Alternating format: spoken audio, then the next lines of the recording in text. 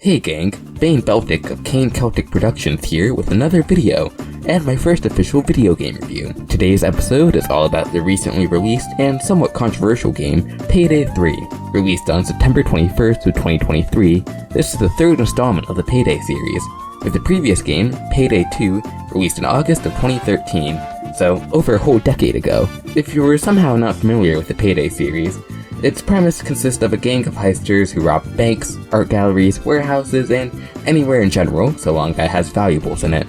Whether you're playing by yourself or with a group of friends, you'll have to make your way through dozens of hordes of SWAT officers and soldiers, or you'll have to silently and carefully infiltrate a building without being noticed, and it all depends on how you and your gang want to play, as the choice is always up to the player. Payday 2 is actually one of my favorite games, and its formula and concepts are exactly what I look for in a video game.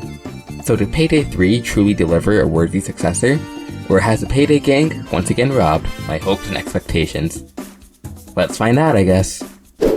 When you first start the game, you will immediately spot the new main menu screen for the Payday series, and it already tells you a lot about what you're going to expect. It mainly consists of the color green, so obviously it's about St. Patrick's Day. But on a serious note, there is an overall green aesthetic that is not quite present in the previous games, and that can reflect a larger focus on cash, and in general leads to a darker and more serious tone that wasn't present in Payday 2, but more akin to Payday the Heist, which I have never played at the time of recording, so I could be totally wrong. The soundtrack is also noticeably different, both tonally and quality-wise, as it's clear that this isn't made by Simon Viklund anymore, who was the original composer for Payday 2, and the voice actor of the Payday gang leader, Bane. The new soundtrack isn't horrible by any means, and I mean no disrespect for the current composer at all. But I just feel like all the new songs have a lot less personality and that oomph that Payday 2 had, which made its songs much more iconic and recognizable. Now this is all just the main menu. Once you load in, you'll have to do a basic tutorial explaining the new mechanics and modernized controls of this game. Although I felt it was a bit finicky at times and a bit confusing, as I was just overwhelmed with so many things at once, it was hard to keep track of everything. Perhaps that was just me though, as I just woke up when I had started it, but I do feel like we could have made the mechanics a bit more clearer, but there are multiple tutorials unlocked later, so it's not the end of the world. Now with the menu and the main tutorial aside, we get to talk about the lovely world of customization. While I most certainly have my gripes with the game, even I can't deny the beautiful and marvelous improvement the customization is over Payday 2. Now you can customize your guns much more and in greater detail, mainly with scopes and many different types of grips and stocks, which makes it feel like Call of Duty levels of customization. There's also a lot more different types of clothing and accessories in this game that heavily outrival its predecessor. Payday 2 only had a handful of different outfits you could get, with most of them consisting of 3 or 4 of the same exact suit with slightly different coloring. But Payday 3 has a lot of different types of outfits, from leather jackets to Mr. Rogers sweaters to more casual clothes in the game for once. My one main complaint with the customization in this game is that you don't have a lot of masks, with a total of 25 original masks, and most of them are inaccessible without a lot of grinding and hours for them. I'm sure they'll add more masks and more accessible ones eventually, but as of right now, it feels lackluster and incomplete, which is something I can say for a lot in this game. Also, why are there only 6, and I repeat 6, heisters in this game? Payday 2 has 22! Do we really have to wait months, if not years, just to get some of our favorite characters back? Because that would be such a horrible business practice, and it is so pointless since the models are already there. You could just slightly revamp them and we'd be happy. But instead they're forcing us to play the game longer by dripping content periodically instead of giving us a finished project at launch, just because you want to make more money from DLCs and a concurrent player base instead of an actual game that's finished but has a shorter lifespan. I'm sorry for sort of getting ahead of myself, but there's just so much that isn't in this game, and it really frustrates me, and many others that I just had to discuss it now. Enough of what he didn't add though. Let's discuss some of the few things that we actually have in this game, like the gameplay for instance. In the lovely world of Payday 3, there are only 8 heists available as of launch, and my god is it noticeable. It was also revealed that there will only be one new heist by the end of 2023, which feels depressing, especially since we may have to pay for it, which is not something I plan on doing anytime soon. I know I said I would stop talking about missing content though, So what content is available in the 8 heists we can play? Well, for starters, we should begin with the first heist, which is all about robbing a very small bank. Imagine the default bank heist from Payday 2, but much bigger, with more substance and a taller layout where you're constantly going between 3 floors. Like all the other heists in this game, you can choose whether you want to play it loud or quiet, so goodbye Payday 2's randomly mandated heist type, which is a nice quality of life thing, but I wouldn't be mad if you were to add stealth-only heist again, just to spice things up. While we're talking about stealth, I believe that most of the heists in this game, with the exception of one, should all be played in stealth, as I find it more engaging and rewarding, as it's obviously harder, but you at least get more money and XP from it. For the bank heist specifically, my opinion is still the same, as I find the loud playthrough so boring and repetitive, as you're just staying at one spot, waiting for the drill to open the vault, while you shoot baddies for 20 minutes until you can leave. And if you die solo, or your entire team dies, then you have to repeat all the repetitive actions all over again. The stealth actually has more gameplay, however, as you're faced with more objectives, like grabbing key cards from guards when they're not looking, and then disabling power by finding switches, and then finding some codes, which forces you to have to use deductible reasoning skills, as you analyze the fingerprints on the passcode buttons to figure out what the only possible answer is. While this heist isn't going to win any Nobel Prizes or Game of the Years, it's a nice and overall decent experience, and something you can enjoy if you just want to pop in a session or two. The next heist afterwards, in chronological order anyways, is hands down the objectively worst in the entire game so far. All it consists of is one very simple task, with only one proper solution to it. You must intercept an armored vehicle, and then hijack it to the designated location, where you can then steal all of its contained goodies. I believe wholeheartedly that this is the worst heist, since it's the only one so far that is required to play loud, and provides no stealth alternative. Could I possibly think of a good workaround to this and create a dynamic and strategic stealth route that is just as fun and makes sense logically? Probably not. My issue is that now 1/8 or 12.5% of all the heists at launch can't be played stealthily, which is nowhere near as fun as loud in my opinion. The environmental design is also just extremely generic and grey, as it's just one dusty old bridge under slight construction, and that's it. With this boring environment and even a more boring objective, this level was hell to go through and was horrible for me, as if I died right at the end from the bombardment of enemies and my team's poor AI, then I was forced to repeat all of it again if I want a sliver of an award to progress my character and my gear. How this heist even got through the final product is a mystery to me, as I don't know a single person who's played through it and actually enjoyed it. If this heist isn't the definition of boring and lazy filler, then I don't know what is. The next heist, after this horrible, smelly, burning piece of garbage that no one enjoyed, consists of a small jewelry store where you're tasked with securing as much jewelry as possible, while also trying to find and use a scanner that will filter out the worst of pieces so you can make the maximum amount of profit. In theory, this concept doesn't sound like the most exciting thing in the world, but it's actually my second favorite heist in the entire game so far. For one, you can actually play it in stealth. Yippee! And if you do play it in stealth, you have to explore the more hidden areas of the map, like 2 back alleys and a basement, all the while you're being pressured with a time limit, as you need to kidnap the manager to unlock the scanning room before she leaves the map so you can make much more money. You're supposed to do this by blackmailing her through her answering machine after finding evidence in the basement, and honestly that feeling is so exhilarating and feels like a Hitman level. I also think that this heist is one of the few in the game that is actually pretty fun to play loud, as you have to secure even more bags and scan as many as you can, which will take an extremely large amount of time, all while facing the limitless hordes of gunfire and then eventually moving all the scanned bags one by one all the way down the street and down the hill into the water where your helicopter waits for you. I think this is the best way to design a loud heist, as it provides a lot of stakes and hard and challenging tasks to do, but all under a pretty simple premise. Also, this is sorta unrelated, but the contractor who gives you the synopsis for the heist is the same actress as Rousseau from Lost, which is cool. Anyone watch that show? Or just me? Anyways, the next heist is the final one I think is worth mentioning in great detail, as from here on out there's nothing truly special I feel is worth mentioning that I haven't said before. Staying on point, however, this is my favorite heist as it takes place in my favorite setting in the Payday games, a nightclub. This nightclub is way bigger than the one in Payday 2, with twice the amount of floors, and the objectives are pretty complex and strategic. While this heist is technically possible loud, You're really gonna have to play it in stealth if you want even the slightest bit of a high reward.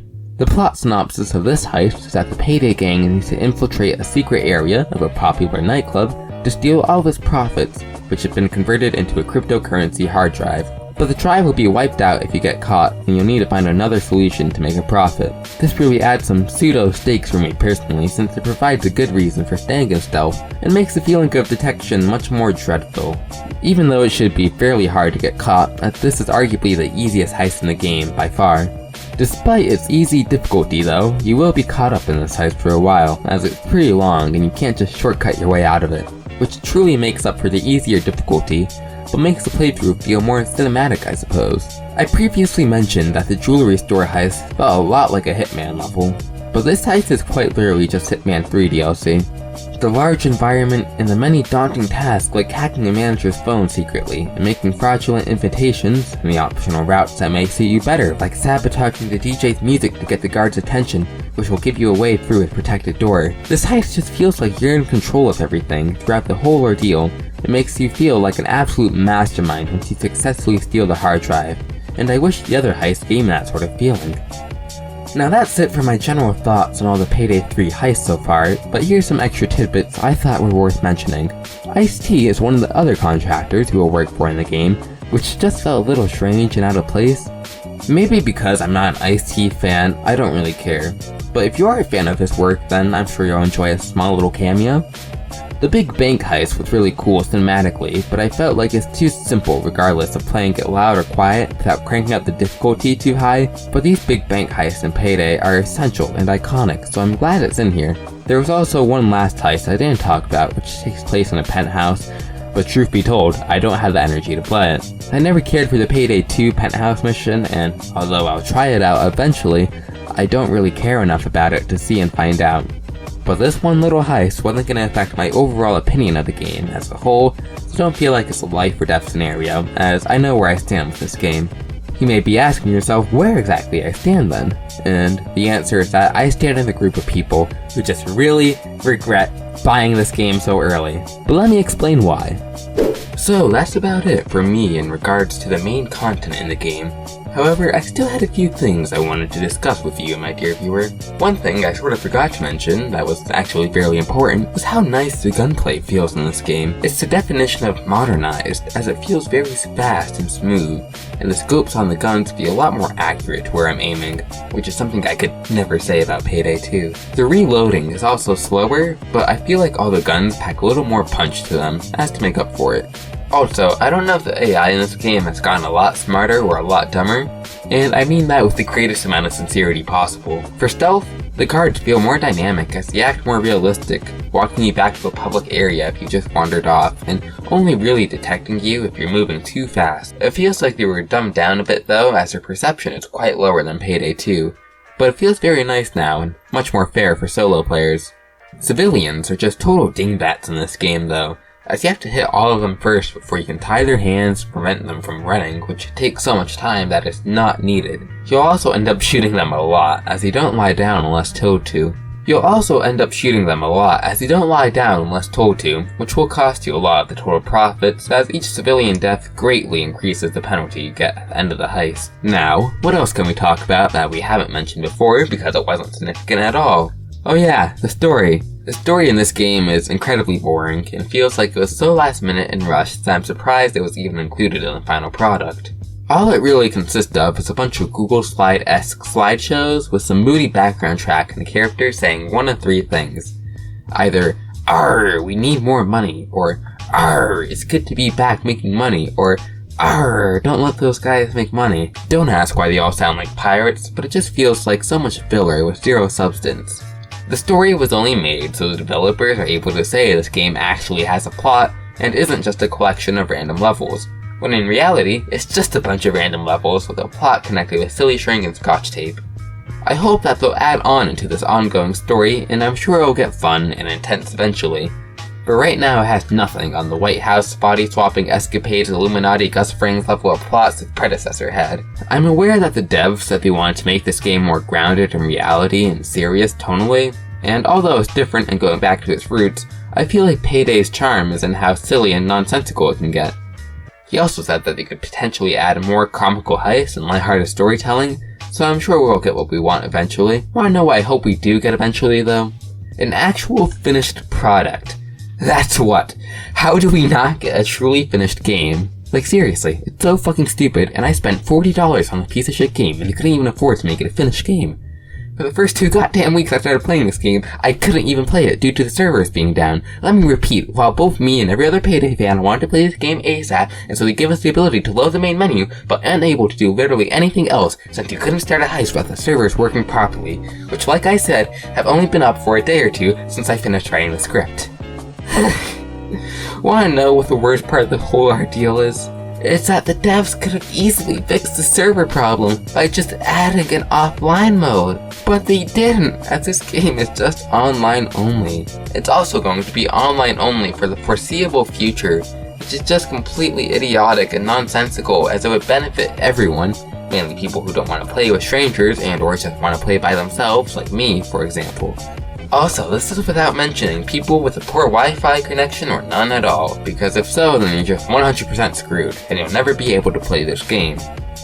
This is such a horrible and soulless business practice, and it truly feels like Overkill just wanted to milk us all dry, with no content or no ability to even play the game. Maybe this review will age poorly like milk, but I also severely doubt it. Sadly, the devs have had really poor communication issues, even though they're constantly responding to the fans' questions. I say they're responding, but in reality it's just corporate jargon, like, "We have not yet announced if blank will appear in Payday 3, or "We have no plans to release this feature here in the future, but we're always listening."